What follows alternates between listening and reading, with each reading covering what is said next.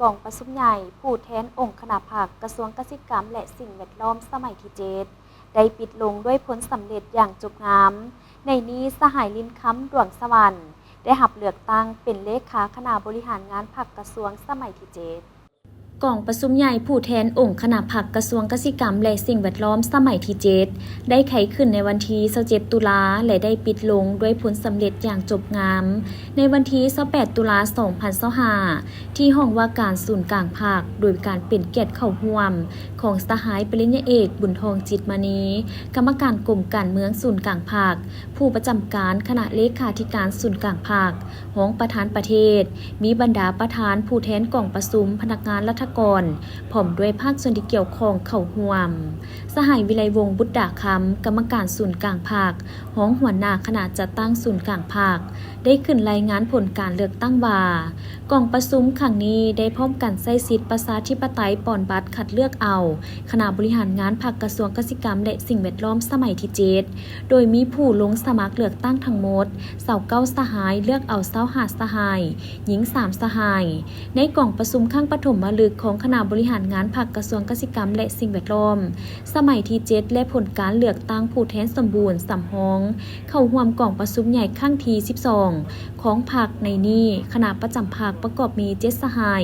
และเห็นดีเลือกเอาสหายลินค้ำดวงสวรรค์เป็นเลขาคณะบริหารงานพรรคกระทรวงสหายไซนครอินทวงศ์เป็นรองเลขา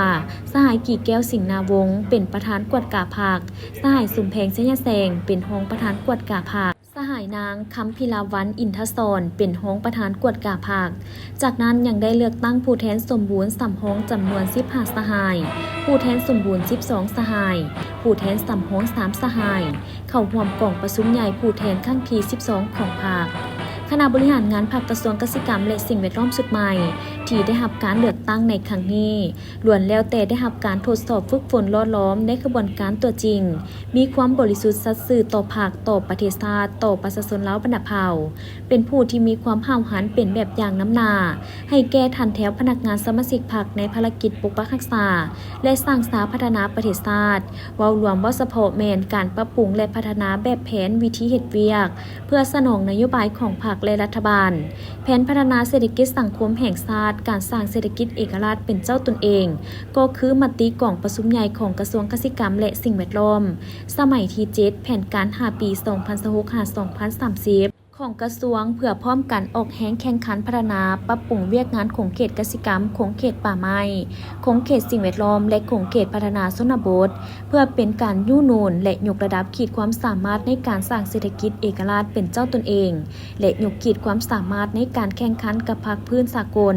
เพื่อการพัฒนาสังคมให้สีวิไลสงบสุขและก้าวหน้าตลอดถึงการยกระดับชีวิตการเป็นอยู่แก้ไขความทุกข์ยากของประชาชนให้ปรากฏผลเป็นจริง